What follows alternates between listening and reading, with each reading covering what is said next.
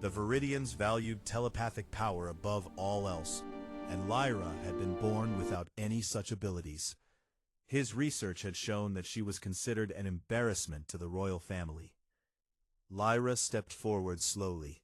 She was shorter than her siblings, her skin a pale lavender, instead of the vibrant colors the others displayed.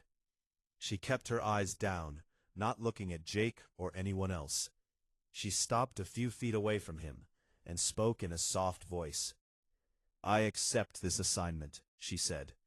Each word sounded painful. "For the honor of the Empire." The Chancellor seemed satisfied with this outcome. "Then it is settled. Princess Lyra of Viridian will serve as diplomatic liaison to Sergeant Morrison for a period of no less than 1 standard year. The Council recognizes this as fulfillment of the reward tradition." The ceremony continued with more formal declarations and speeches, but Jake barely heard any of it. He watched Lyra return to her delegation, where her siblings didn't even acknowledge her presence. Her father had already turned away, discussing something with his advisors, as if she had ceased to exist. After the ceremony ended, Jake was surrounded by well-wishers and confused colleagues. Colonel Peters pulled him aside, looking both impressed and bewildered. "Morrison, what the hell was that about?" Peters asked quietly. "You could have asked for anything. Why a Viridian princess that nobody even respects?" Jake glanced across the hall to where Lyra stood alone, her few belongings already packed in a small case. No one from her delegation was saying goodbye to her. "I have my reasons, sir," Jake said. "Good ones." "This better not be about something stupid," Peters warned. "The brass is going to want answers." "They'll get them," Jake promised, "eventually." What he didn't say was that those answers would probably surprise everyone, himself included. Because while everyone thought he had made the strangest choice possible, Jake knew something they didn't. He knew exactly who Lyra was, and what she had done during the war. He knew that the weakest princess was anything but weak. He just had to convince her of that. As the crowds began to disperse, Jake made his way toward Lyra.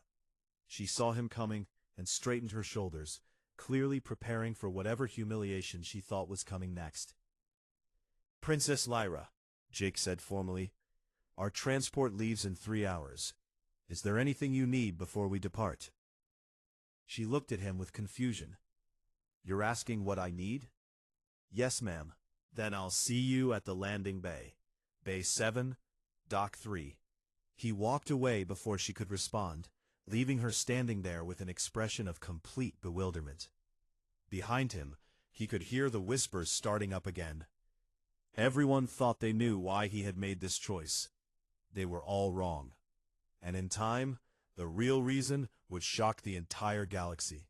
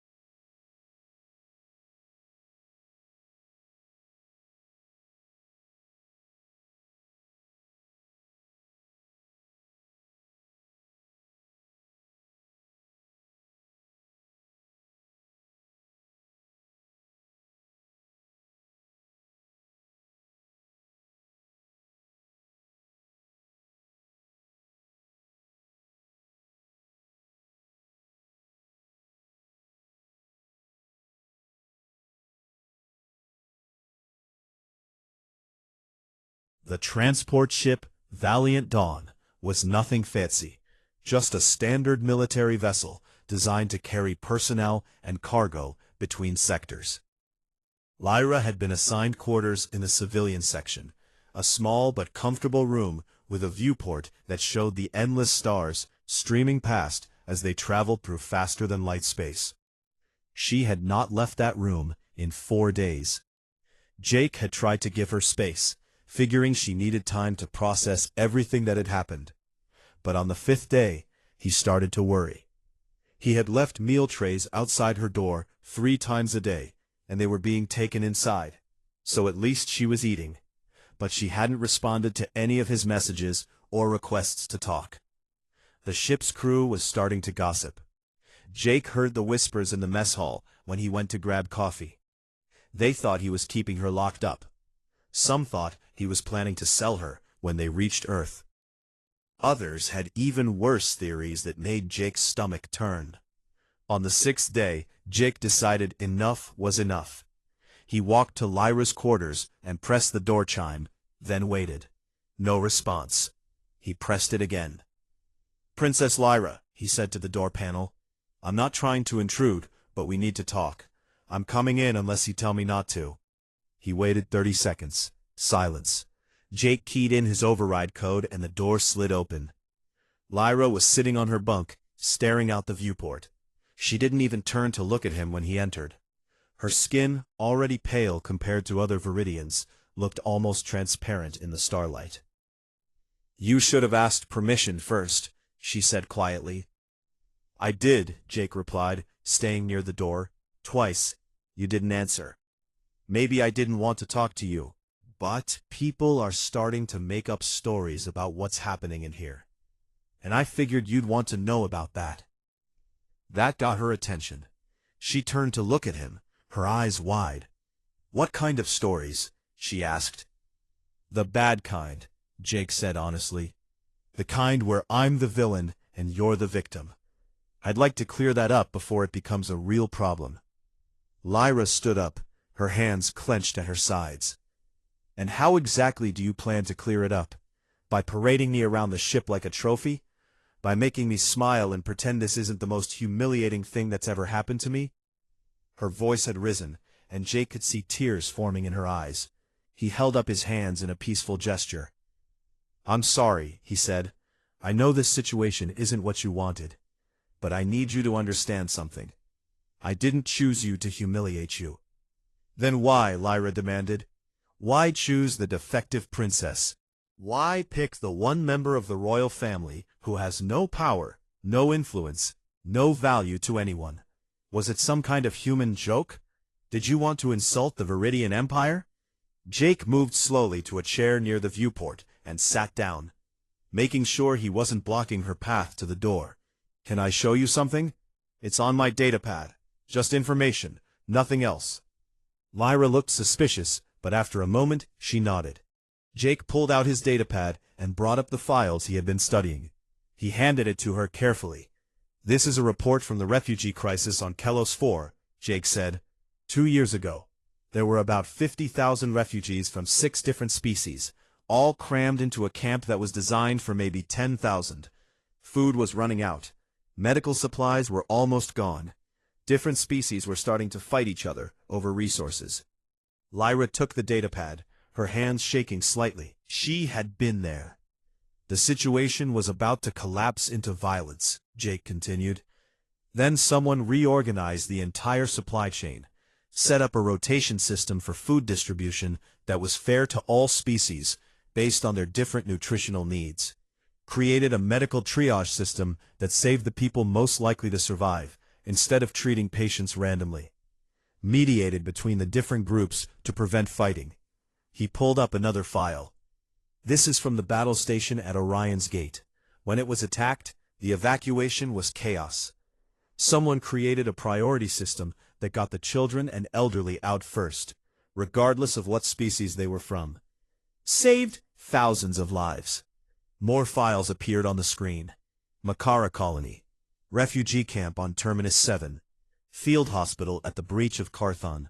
Jake looked at Lyra directly. "You were at all of these places. You did all of this work, and nobody gave you credit for any of it.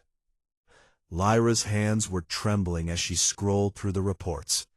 Her eyes widened as she saw her own notes and organizational charts that she thought had been lost in the chaos of war.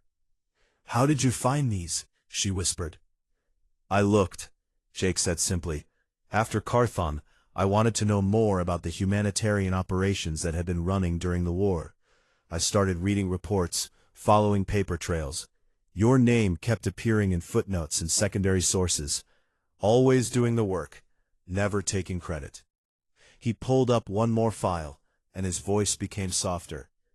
"This one is from a colony world called Haven's Rest. It was attacked during the war. The military couldn't get there in time. Civilians were trying to evacuate, but there weren't enough ships." Lyra's face went pale. She remembered the screams and the fire, and the desperate scramble to get people onto any ship that could fly. "There was a young human doctor there," Jake continued. "She stayed behind to make sure the patients got evacuated first. She sent a final message to her family before the colony fell." In the background of that video, there's a young Viridian woman organizing the evacuation, refusing to give up even when it was clearly hopeless. Jake's voice became rough with emotion. "That doctor was my sister, Amy Morrison. She died on Haven's Rest, along with 200 other people who didn't make it out." Lyra dropped the datapad. It clattered on the floor between them. She stared at Jake in horror. "I didn't know," she said. "I tried to save everyone, but there weren't enough ships, and the attack came so fast, and I couldn't—" "I know," Jake interrupted gently. "You did everything you could. Amy's last message mentioned you. She said there was a Viridian girl who wouldn't give up, who kept trying to save one more person even when the situation was hopeless. That girl was you."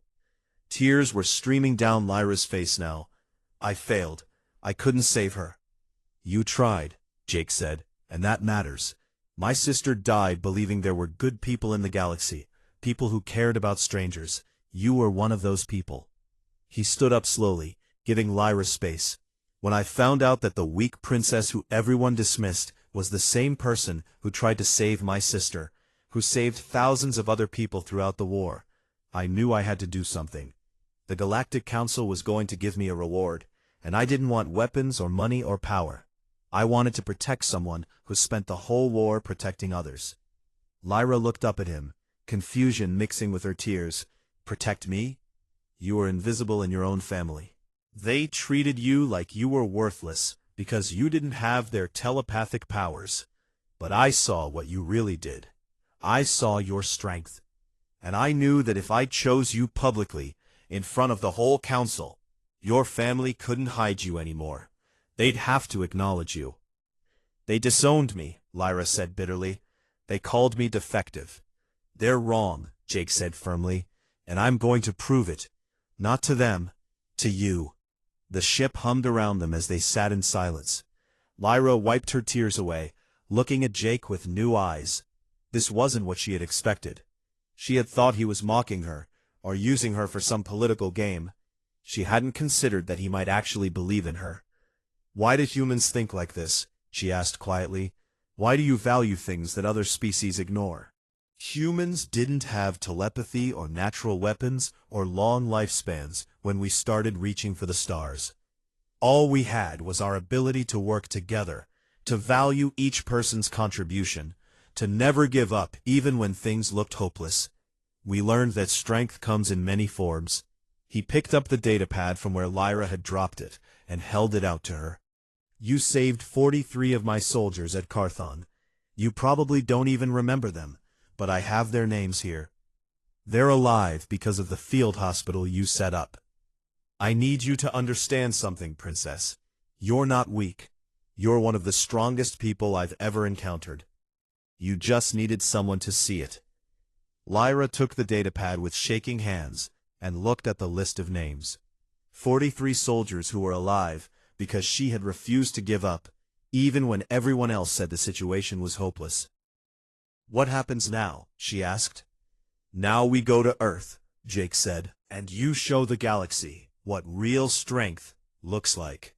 Earth looked like a blue and green jewel hanging in the darkness of space. Lyra pressed her face against the viewport as the valiant dawn descended through the atmosphere, watching clouds rush past and oceans spread out below. She had seen many worlds during the war, but none had affected her quite like this one. "It's beautiful," she said softly. Jake stood beside her, looking down at his home planet. "Yeah, it is. Hard to believe that a few years ago we thought we were alone in the universe." The ship landed at a military facility outside a city called Denver. When the boarding ramp lowered, Lyra felt warm air rush into the cabin, carrying smells she had never experienced before: plants and rain and something else she couldn't identify. "That's pine trees," Jake explained, seeing her confusion. "The scent. There's a forest nearby." A small group waited at the base of the ramp. Military personnel in dress uniforms, a few civilians with recording equipment, and one woman in a colonel's uniform who looked both amused and exasperated. "Morrison," the colonel said as they approached, "you've caused quite a stir. The media has been speculating about your mysterious choice for weeks." "Sorry, Colonel Phillips," Jake said. "Wasn't trying to create a media circus." Phillips turned to Lyra and offered a hand in the human greeting gesture. Lyra had studied human customs during the voyage and took it carefully. "Princess Lyra, welcome to Earth. I'm Kate Phillips, formerly Jake's commanding officer and currently his biggest headache." Lyra found herself smiling slightly. "Thank you for having me." "Oh, don't thank me yet," Phillips said with a wry grin. "You're about to experience human bureaucracy. We've got about 50 different agencies that want to meet you, interview you, and generally make your life complicated. Jake's arranged for you to have some peace first, though." The first few days on Earth were overwhelming. Lyra was given quarters in a residential area near the military base, a small apartment that Jake helped her set up. He showed her how to use human technology, introduced her to human food, and patiently answered her endless questions about his species and their culture. What surprised Lyra most was the diversity. On Viridian, everyone looked similar, thought similarly, valued the same things. But humans came in countless variations: different colors, different sizes, different beliefs and customs. They argued with each other constantly, but somehow made it work. "Don't you fight?" Lyra asked one evening as they ate dinner at a small restaurant. "With so many differences?" "All the time," Jake admitted, "but we figured out that our differences make us stronger, not weaker. Different perspectives solve different problems." On her 5th day on Earth, Jake took Lyra to a place he had been avoiding mentioning. It was a medical facility on the outskirts of the city, a sprawling complex surrounded by gardens. "This is a veterans hospital," Jake explained as they walked through the entrance. "People who were injured during the war come here to recover. I volunteer here twice a week." They walked through corridors filled with humans in various stages of recovery. Some were in wheelchairs, others used prosthetic limbs. Many bore scars from battles fought light years away. But what struck Lyra was the atmosphere. Despite the pain and loss, there was laughter, hope, people helping each other. Jake introduced her to several patients, and Lyra found herself falling into familiar patterns. She asked questions about their injuries, their treatment plans, their concerns. Before she realized it, she was offering suggestions, drawing on her experience from the refugee camps and field hospitals. "You could reorganize the physical therapy schedule," she told one of the doctors. "If you stagger the sessions based on injury type rather than arrival time, you could treat 30% more patients with the same staff." The doctor looked at her in surprise, then pulled out a datapad and started making notes. "That could actually work. Where did you learn medical administration?" "I didn't," Lyra said. "I just learned how to make limited resources stretch further." That evening, as they left the hospital, Jake looked at Lyra with pride. "You just reorganized their entire therapy program in under an hour." Lyra shrugged. It was obvious. They were wasting time and effort on inefficient scheduling. To you it's obvious. To most people, it's genius.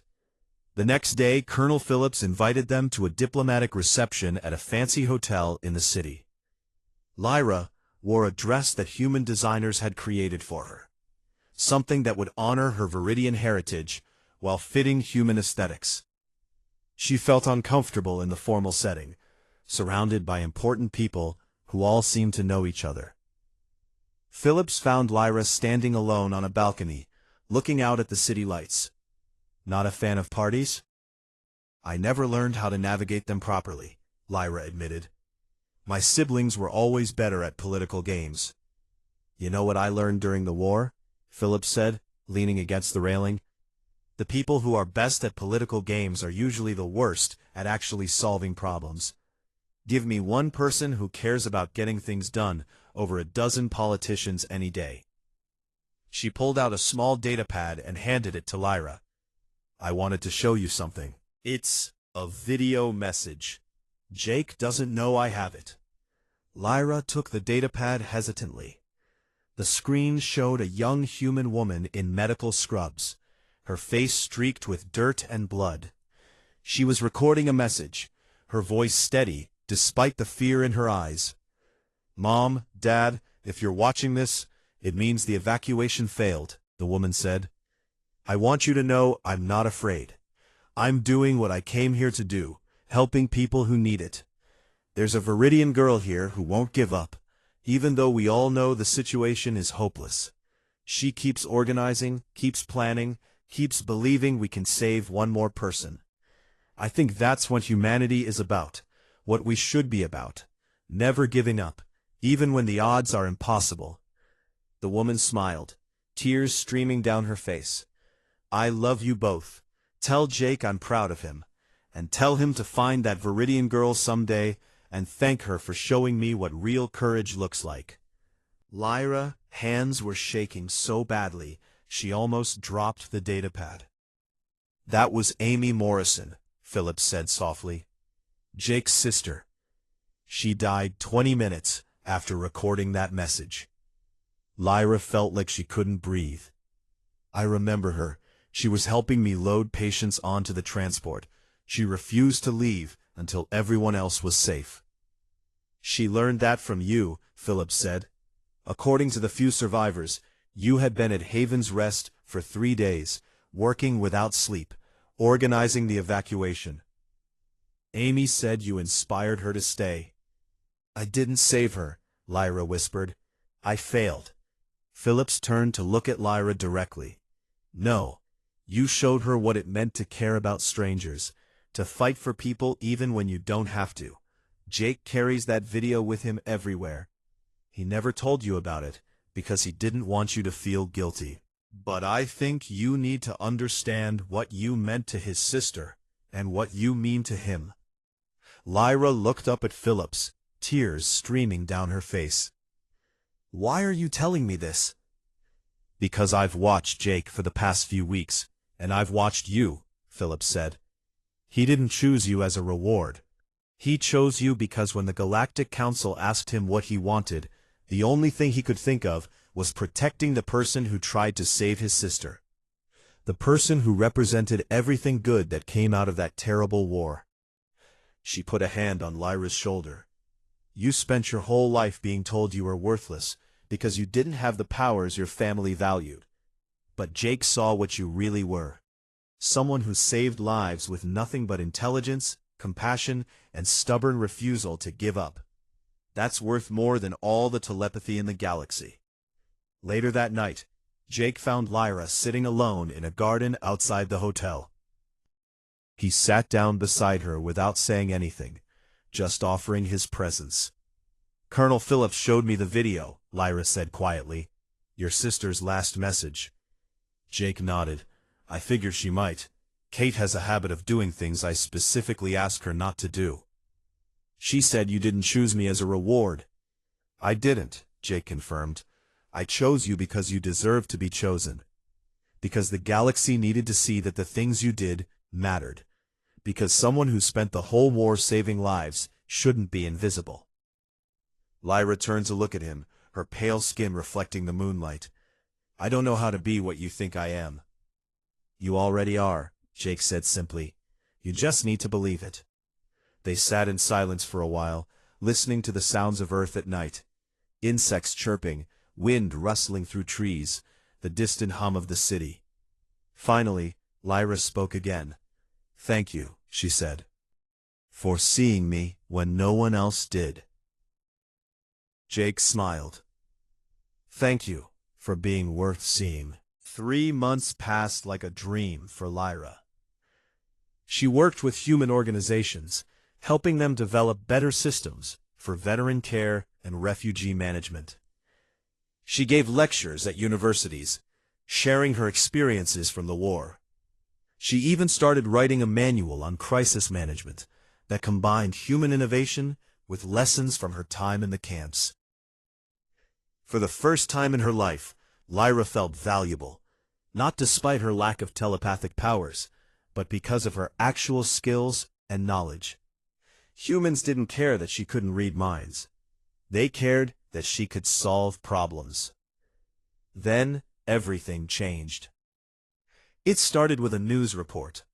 The Galactic Council was forming a new position called the Commissioner of Humanitarian Affairs, someone who would oversee all refugee and relief operations across Council space. It was a powerful position, and several prominent politicians were already campaigning for it. They should give it to you, Jake said when they watched the announcement together. Lyra laughed. Me? Jake, I'm not a politician. I'm just someone who knows how to organize supply lines. Exactly, Jake replied. The galaxy doesn't need another politician in that role. It needs someone who's actually done the work. 2 days later, Lyra received a formal message from the Galactic Council. She had been nominated for the position of Commissioner of Humanitarian Affairs. The nomination came from Earth's delegation, but it had been seconded by representatives from 4 other species who had benefited from her work during the war. Lyra stared at the message in shock. This is impossible. My family will never allow it. She was right. Within hours of the announcement, the Viridian Empire sent a diplomatic ship to Earth. On board was Prince Kale, Lyra's eldest brother and heir to the throne. He was everything a Viridian royal should be. Tall, powerful, his skin glowing with brilliant purple light that showed his tremendous telepathic abilities. The meeting was held in a conference room at the Earth Embassy. Kale sat on one side of the table, radiating authority and power. Lyra sat across from him, looking small and pale in comparison. Jake stood behind her, along with Colonel Phillips and several Earth diplomats. Sister, Kale said, his voice smooth and controlled, it is time for you to return home. I'm not going back, Lyra said quietly. Kale's skin flared brighter. You don't have a choice. You have embarrassed our family enough. This ridiculous nomination for commissioner is the final insult. The Empire will not allow a defective princess to represent us on the council. She's not representing the Empire. She's representing the principles of humanitarian work. Kale looked at Jake with barely concealed contempt. The human soldier. I should thank you, actually. When you chose my sister, we thought it was an insult. But now I see it was an opportunity. You gave us a way to be rid of our family's greatest shame. Lyra flinched at the words, but Jake put a reassuring hand on her shoulder. However, Kale continued, the situation has changed. Father has decided that having a family member in such a powerful council position could be useful. So Lyra will return home, accept the nomination under the Empire's banner, and do as she is told. No, Lyra said. The room went silent. Kale stared at his sister in disbelief. What did you say? I said no, Lyra repeated, her voice stronger now. I'm not going back. I'm not going to be a puppet for the Empire. If I accept this position, it will be on my own terms. You ungrateful little... He stopped himself, visibly trying to regain control. Father gave you life, raised you, gave you every opportunity despite your defects, and this is how you repay him? Every opportunity? Lyra stood up, her voice shaking. He hid me away like I was something shameful. You all treated me like I was worthless because I couldn't read minds. I spent my entire childhood trying to earn your approval, trying to be useful in any way you'd accept. And you know what? I was useful. I saved thousands of lives during the war. I developed systems that are still being used across the galaxy. But none of you noticed because you were too busy being ashamed of me. That work means nothing without power to back it up, Kale said dismissively. You are weak, Lyra. You always have been. Without the Empire's protection, you are nothing. Jake stepped forward. She saved my sister's life. Or tried to. She saved 43 of my soldiers at Carthon. She's saved thousands of people across dozens of worlds. She did all of that without telepathy, without an army, without political power. She did it with intelligence and compassion and sheer stubborn determination. So don't you dare call her weak. Kale turned his attention to Jake. Ah yes, the famous human soldier. Tell me, Morrison, why did you really choose my sister? What was your plan? To use her as a pawn against the Empire? To gain leverage in galactic politics? I chose her because she deserved to be chosen, Jake said simply. Because the galaxy needed to see what real strength looks like. Real strength? Kale laughed. You know nothing about strength. Strength is power. Strength is control. Strength is continuing when you want to give up, Lyra interrupted. Her voice was steady now, certain. Strength is caring about people who can't help you in return. Strength is doing the right thing, even when no one is watching. I learned that during the war, not from my family, but from people like Jake's sister, who stayed behind to help strangers, even when she knew she would die. She walked around the table to face her brother directly. You want to talk about power? Fine. You can read minds, you can influence people's thoughts, you can do things I'll never be able to do. But you know what you can't do? You can't organize a refugee camp. You can't create a medical triage system that works for 7 different species. You can't solve real problems with telepathy alone. Kale's skin flickered with uncertain light. He wasn't used to Lyra standing up to him. I'm accepting the nomination, Lyra continued. Not as a representative of the Viridian Empire, but as myself. As someone who's actually done the work. And if Father wants to disown me for that, fine. I don't need his approval anymore. Without the Empire, you have nothing. She has Earth's support, Colonel Phillips said. And the support of every species that benefited from her work during the war. That's more than nothing. Kale stood up, his formal robes swirling around him. Father will not forget this betrayal, Lyra. You are dead to us. Lyra, I was always dead to you, Lyra said quietly. I just didn't realize it until now. Kale left without another word, his entourage following behind him.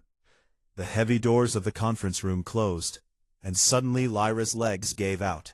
She collapsed into a chair, her whole body shaking. Did I really just do that? She whispered.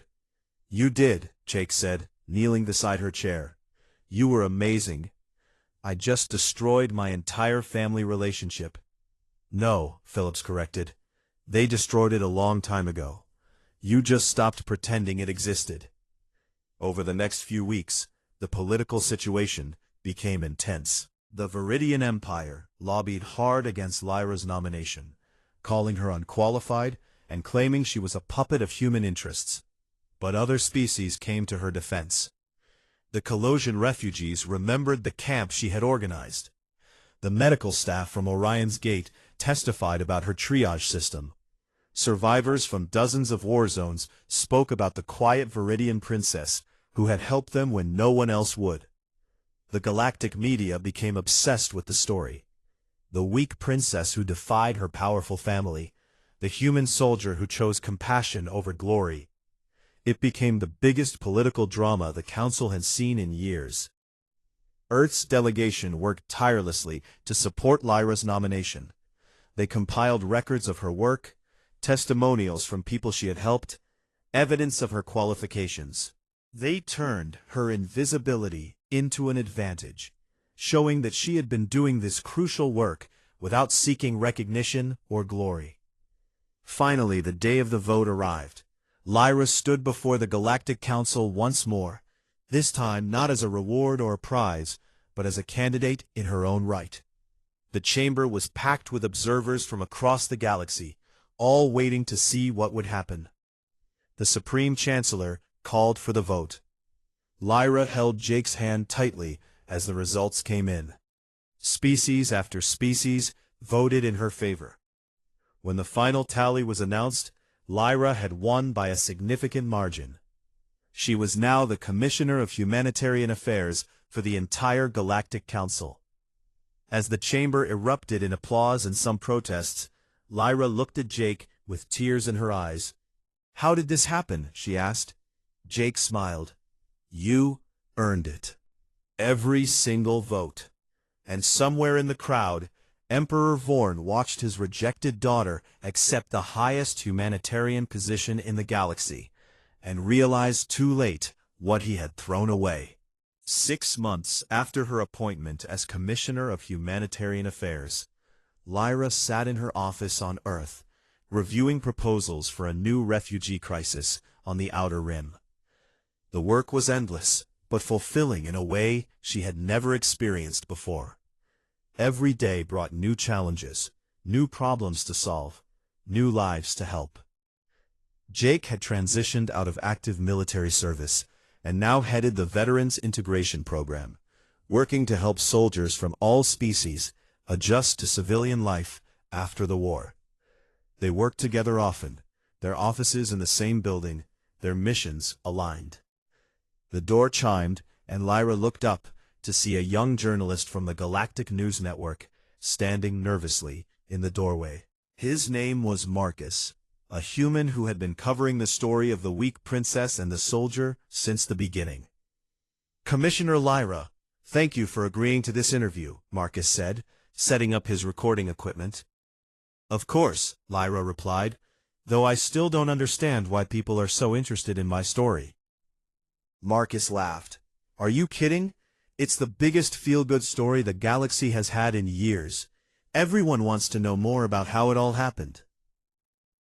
The interview covered standard topics at first: Lyra's work as commissioner, her plans for humanitarian reform, her thoughts on post-war reconstruction. But then Marcus asked the question that everyone really wanted answered. "Commissioner, I need to ask about Sergeant Morrison. 6 months ago, he chose you as his reward, when he could have asked for anything. Looking back now, why do you think he made that choice?" Lyra smiled. "Why don't you ask him yourself? He's right outside." Marcus looked surprised as Jake entered the office, carrying 2 cups of coffee. He handed one to Lyra and sat down beside her. "You want to know why I chose Lyra?" Jake asked. "That's easy. Because I recognize something the rest of the galaxy missed." Marcus leaned forward, his recorder capturing every word. "And what was that?" Marcus asked.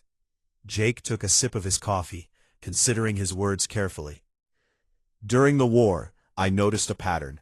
The species with the most powerful weapons, the most advanced technology, the strongest telepaths, they won battles, but they didn't win peace.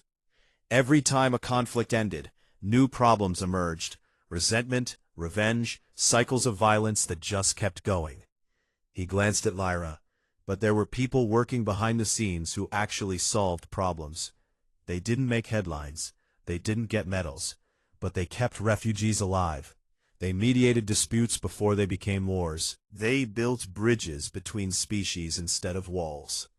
Lyra was one of those people. "But you didn't know that when you first chose her," Marcus pointed out.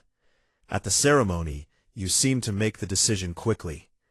"I knew enough," Jake said. "I had spent 2 weeks researching before the ceremony. I read reports, followed paper trails, talked to people who had worked in humanitarian operations." Lyra's name kept appearing, always in the background, always doing crucial work that no one acknowledged. Marcus turned to Lyra. "Did you know he was researching you?" Lyra shook her head. "I had no idea. I thought he chose me to insult the Viridian Empire, or because he didn't understand galactic politics." "I understood perfectly," Jake said. "That's why I did it. The Galactic Council was about to give me a reward in front of billions of witnesses. I realized I could use that moment to do something important. Not for me, but for someone who deserved recognition." "So it was about recognition?" Marcus asked. "Partially," Jake admitted, "but it was also about protection. Lyra's family treated her as worthless. She was invisible, dismissed, ignored. But the moment I publicly chose her as my reward, she couldn't be invisible anymore. The galaxy was watching. Her family couldn't hide her or pretend she didn't exist." He looked at Lyra with affection. "I gave her a spotlight she couldn't hide from, and I knew that once people actually paid attention to what she'd been doing, they'd see what I saw. Someone extraordinary." Marcus scribbled notes furiously.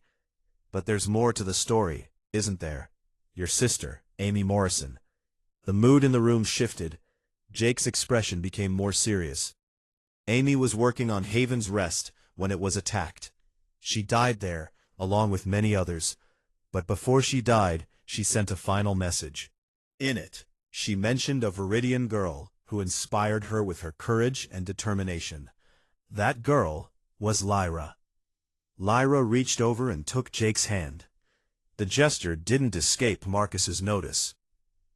"When I found out that the dismissed princess was the same person who tried to save my sister," Jake continued, "I knew I had to do something.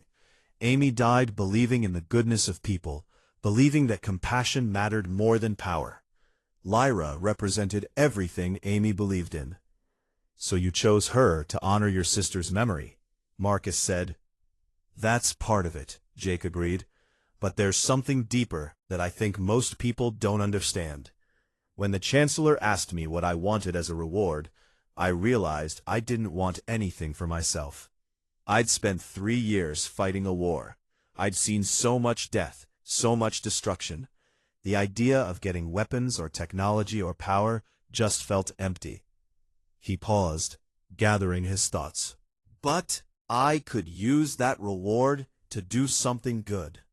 I could use it to protect someone who had spent the entire war protecting others. I could use it to challenge the galaxy's idea of what strength really means. Because Lyra represented a kind of strength that the Galactic Council had been ignoring." "What kind of strength?" Marcus asked. "The strength to care," Lyra said softly. "The strength to keep trying when everything seems hopeless. The strength to value life over power." Jake nodded. "Exactly. The galaxy measures strength in telepathic ability, military might, political influence. But those things don't save lives in a refugee camp. They don't prevent wars. They don't build lasting peace." He looked directly at Marcus and the camera. "I chose Lyra because I wanted the galaxy to see a different kind of hero. Not someone who won battles, but someone who won peace. Not someone with incredible powers, but someone with incredible compassion. And I wanted to prove that the people we dismiss, the ones we call weak or defective, might actually be exactly what we need most." Marcus was quiet for a moment, processing this. "That's quite a statement to make." "It needed to be made," Jake said. "Too many people like Lyra get overlooked because they don't fit traditional definitions of power or success. But if we're going to build a better galaxy after this war, we need to value the peacemakers as much as the warriors. We need to recognize the organizers, the mediators, the people who do the hard work of keeping societies functioning." Lyra added, "What Jake did was revolutionary, whether he meant it to be or not. He used the Council's own traditions against them. They expected him to request something that reinforced existing power structures. Instead, he requested something that challenged them. And it worked," Marcus observed. "You're now one of the most powerful officials in the Council." The work is what matters, Lyra said, not the position. I would have been happy continuing to run refugee camps if that's where I was needed. But this position gives me the ability to help more people, to implement systems on a larger scale. That's what I care about. Jake smiled at her. That's exactly why you deserve it. Marcus looked between them. There's clearly a strong bond between you two. Are you partners? Lyra said firmly. In every sense that matters. Jake saw value in me when no one else did, including myself. He gave me the courage to stand up for myself, to believe in my own worth. That's a gift beyond measure. And Lyra taught me that the best way to honor those we've lost is to protect those who are still here, Jake added. My sister died believing in compassion and courage. Every day Lyra demonstrates those qualities. Working with her keeps Amy's spirit alive. The interview continued for another hour, covering Lyra's plans as commissioner and Jake's veteran programs. But the moment that would be replayed across the galaxy was the explanation of why Jake made his choice. When the interview aired a week later, it sparked a galactic conversation about how societies measure worth and value. Multiple species began reconsidering their own cultural biases, looking for their own overlooked talents. The concept of strategic compassion that Jake mentioned became a widely discussed topic in political and military academies. Lyra and Jake watched the interview together in their shared apartment. Earth had become home for both of them, a place where they could build something new. Do you think people really understand? Lyra asked. What you were trying to do? Some will, Jake said. Some won't. But that's okay. We're not trying to change everyone's mind. We're just trying to show that there's another way to think about strength and value. A message appeared on Lyra's datapad. It was from the Humanitarian Corps, the program they had created together to recruit overlooked individuals for humanitarian work. The first graduating class was ready. 27 beings from different species who had all been dismissed or undervalued by their societies. Look at this, Lyra said, showing Jake the roster. A Viridian with no telepathy, a Valorian who refused military service, a Kelton who was considered too emotional for traditional work. All of them trained and ready to make a difference. Jake read through the list, pride evident on his face. They're going to change the galaxy. You already did, Lyra said softly. When you chose the weakest princess, you showed the galaxy that weakness is just strength they hadn't learned to recognize yet. Jake pulled her close. I didn't choose the weakest princess. I chose the strongest person I knew. The galaxy just couldn't see it. Outside their window, Earth turned slowly in the darkness, home to two souls who had found each other in the aftermath of war. One had been called weak her entire life. The other had seen past appearances to the truth beneath. Together, they were proving that the greatest strength isn't power over others, but the courage to value what others dismiss. The reason Jake Morrison chose Princess Lyra shocked the galaxy, because it challenged everything they believed about power and worth. He didn't choose her despite her perceived weakness. He chose her because her quiet strength had been saving lives while others pursued glory. He chose her to honor his sister's belief in goodness. He chose her to challenge a galaxy that had forgotten to value compassion. But most of all, he chose her because she represented hope.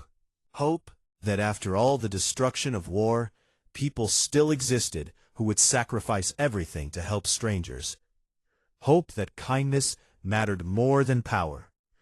Hope that the galaxy could become something better than it was. And in choosing her, Jake Morrison proved that sometimes the most powerful thing a person can do is recognize the value in someone the world has overlooked. That was the reason that shocked the galaxy. That was the reason that changed everything.